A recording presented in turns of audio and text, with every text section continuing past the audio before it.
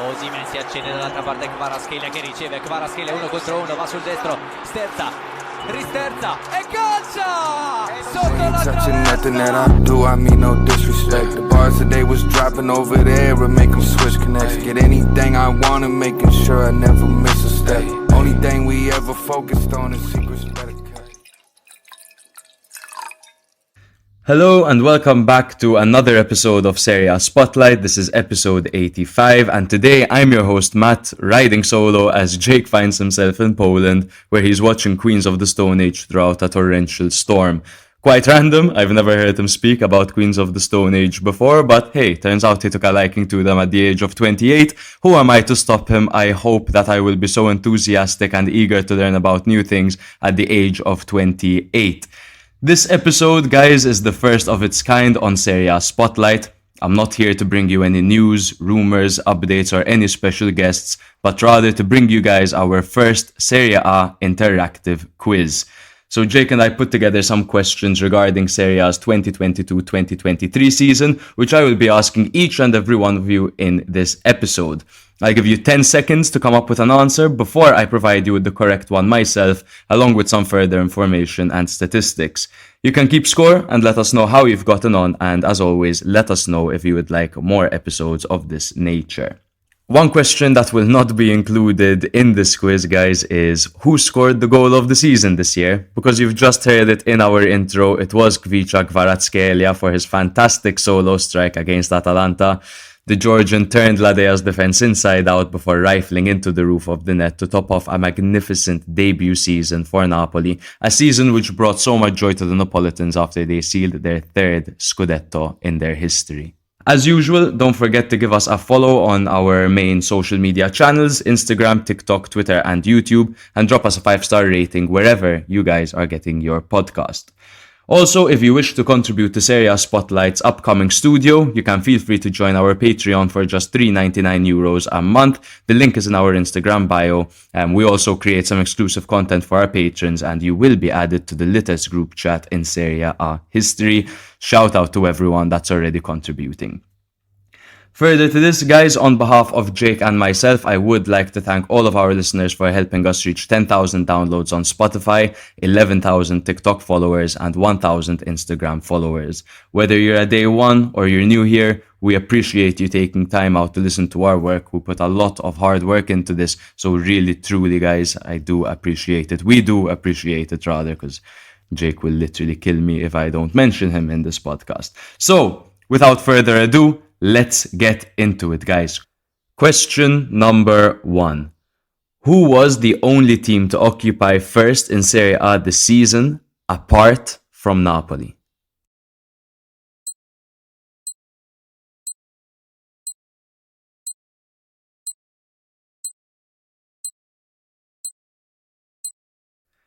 The answer to this one is Atalanta. They led the charts in match day 4 and 5 after Napoli had drawn to Fiorentina and Lecce in the first 5 games of the season, whilst Atalanta had only dropped points to Milan where they came 1-1. Therefore, Atalanta were above Napoli in match day 4 and 5. It was at that moment where Gianluigi Buffon got a little bit carried away and went on to say that Atalanta will go on until the end of the season and win the league. Not only did they not win the league, Gianluigi, my love, but they finished in 5th place, not even in the top 4. They did have a much improved season from last season, however. So well done to whoever answered that question correctly. 9 to go. So question number 2, guys. Who was the goalkeeper who had the most clean sheets this season inside of Serie A?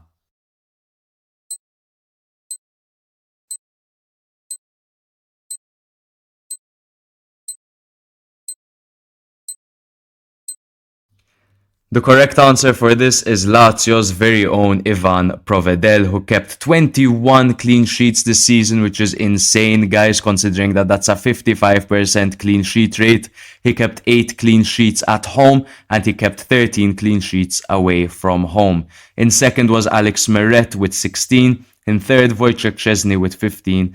In fourth, Rui Patricio with 13. And in fifth, Vanja Milinkovic-Savic with 11 for Torino. It's very good to see a goalkeeper join from a smaller club like Spezia, going all the way up to Lazio and doing so well for them, really solidifying that back line, along with obviously the new acquisitions they made as well with Casale and Romagnoli. But fantastic stuff. Obviously, he got the opportunity to play after Luis Maximiano got a red card 6 minutes into his debut and was never played again in Serie A that season. So a stroke of luck for Ivan Provedel, but that did really give him the opportunity to prove himself as one of the league's finest goalkeepers.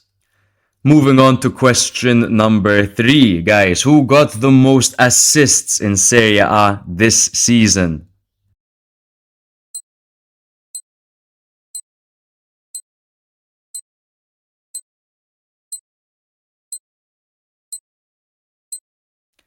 The correct answer for this is Napoli's very own Kvicha Kvaratskhelia, who got 10 assists in his debut season in Serie A.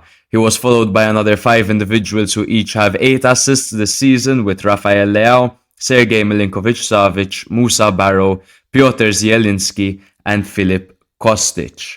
I think it goes without saying that Kvicha Kvaratskhelia had an insane season this year. Not only did he get those 10 assists, but he also got 12 goals in Serie A, all in his debut season. Fantastic stuff. Naturally, it helps a little bit that someone like Victor Osimhen is up front, finishing absolutely anything and everything that comes his way, but they do make one hell of a partnership. One of the most dangerous partnerships in Serie A. I mean, fuck it, it is the most dangerous partnership in Serie A.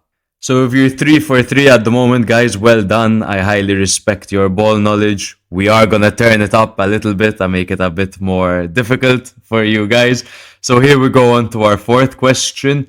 Name the 4 Milan players who won a Goal of the Month award this season. Who are they?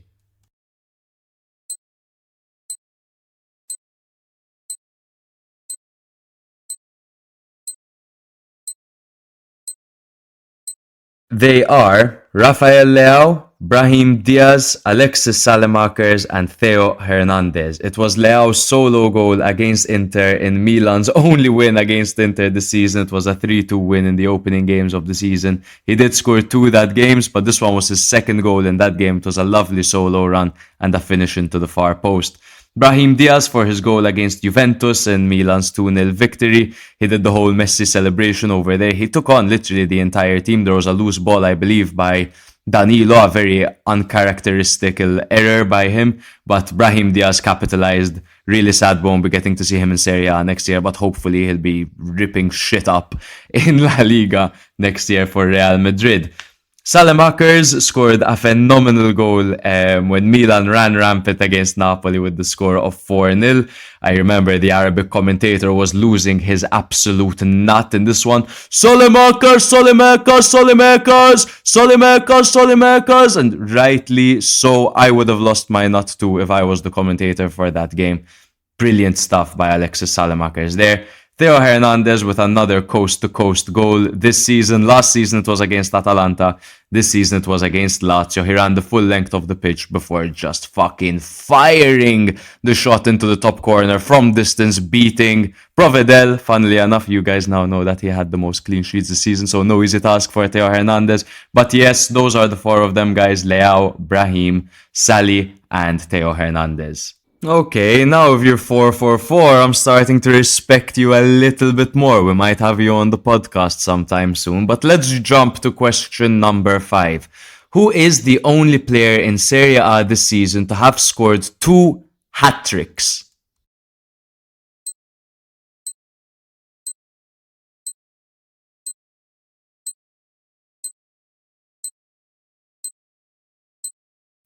So it's not Osimhen, it's not Kvara, it's not Leao, it's not Lautaro. It is, in fact, Cope Miners, Atalanta's very own. He got a hat-trick as Atalanta beat Torino 3-1.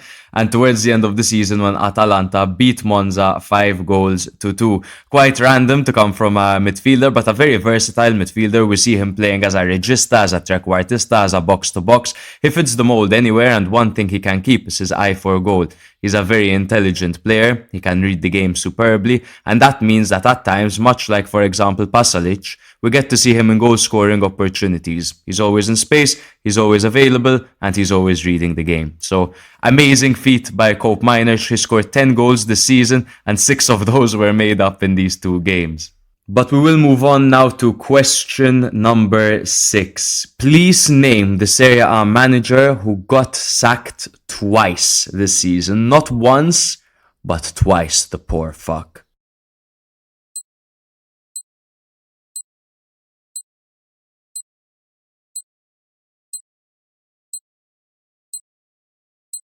The answer is Davide Nicola, the famous miracle worker who saved Salernitana from survival at the end of last season, where Salernitana were lost for the majority of the season, and then they overtook Venezia, and then they overtook Cagliari, and it got really exciting from then on, and he actually did manage to build quite a formidable side, and he even had a solid start with Salernitana this season. However, after a slightly negative spell followed by a massive 8-2 defeat to Atalanta, he was initially let go. However, the 49-year-old coach said he managed to convince club president Daniele Iervolino to rehire him during a phone call, and he was officially rehired after 2 days.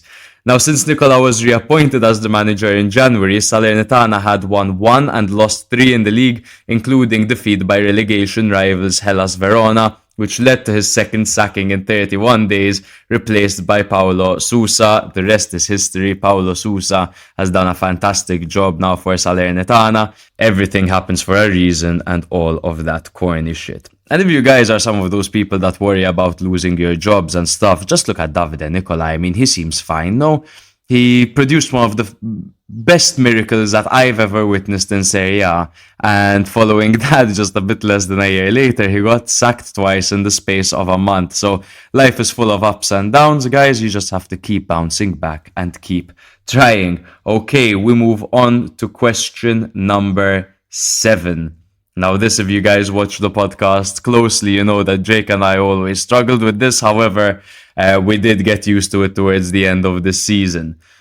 All you have to do for this question is name 5 players who play for Cremonese.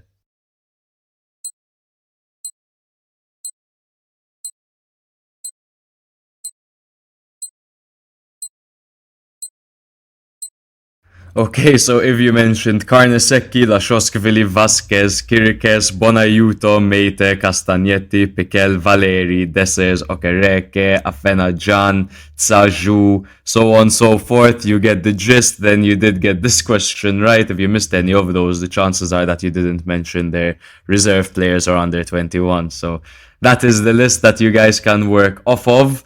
Jake and I always really struggled when Cremonese first got promoted to pronouncing the player names. I remember they had an attacking midfielder named Askasibar, which is, when you think of it, it's quite a sexy name, but Jake and I just called him Askakibar. And he remained Askakibar until I believe he left the club in January, and they brought in some reinforcements with like Tsaju, for example, and yeah, Cremonese, they fought until the very end, and then, but unfortunately, all those losses that accumulated at the beginning of the season, yeah, they had accumulated towards the beginning of the season, so there was absolutely nothing they could have done to turn the tide over there, albeit they did try their best. But we move on to question number 8. I wonder how you guys are finding this, if it's difficult, if it's easy. We went for like a medium difficulty for the first one, and then we can assess according to how difficult you guys are finding it. But question number 8, guys, all you have to do is name 3 English players in Serie A.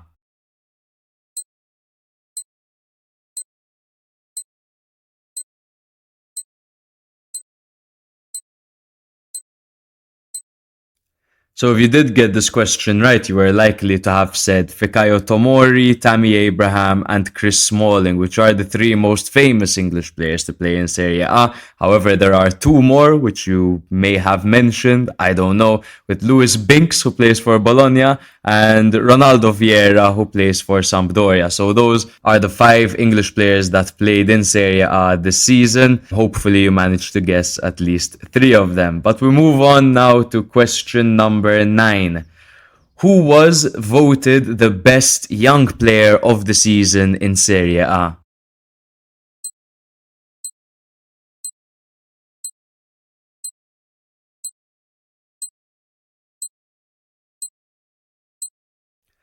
The answer is Juventus's 22-year-old Italian central midfielder Nicolo Fagioli, who came into the team alongside Miretti this season to deal with injuries and inconsistencies, and he proved himself worthy to say the least. He grabbed 3 goals and 3 assists as well throughout the season, but it was more the impact he had on the fluidity of the team, who had been struggling with their midfield for the majority of the past few seasons since their dip, which is why they got Paredes, which is why they brought in Pogba, which is why they also brought in a player like Di Maria, who can also link play very well through an attacking midfield position. But Fagioli was thrown into the deep end. Last season he was on loan at Cremonese and helped them get promotion to Serie A. And this season he ended up playing quite a pivotal role in a very, very difficult season for Juventus, where you needed players with a strong character and a strong will to help the team get out of a situation that they find themselves in, which was not easy for Juve players. We saw some of them with the likes of Di Maria, who turn against the club during the season, but then someone like Fagioli, who was so loyal, so helping, so trusting for the team, he managed to do a fantastic job for them. So rightly so, Nicola Fagioli is the best young player of the season in Serie A 2022-2023. On to the final question, and we're kind of setting this up for the new season over here, guys. Who are the 3 newcomers in Serie A next season?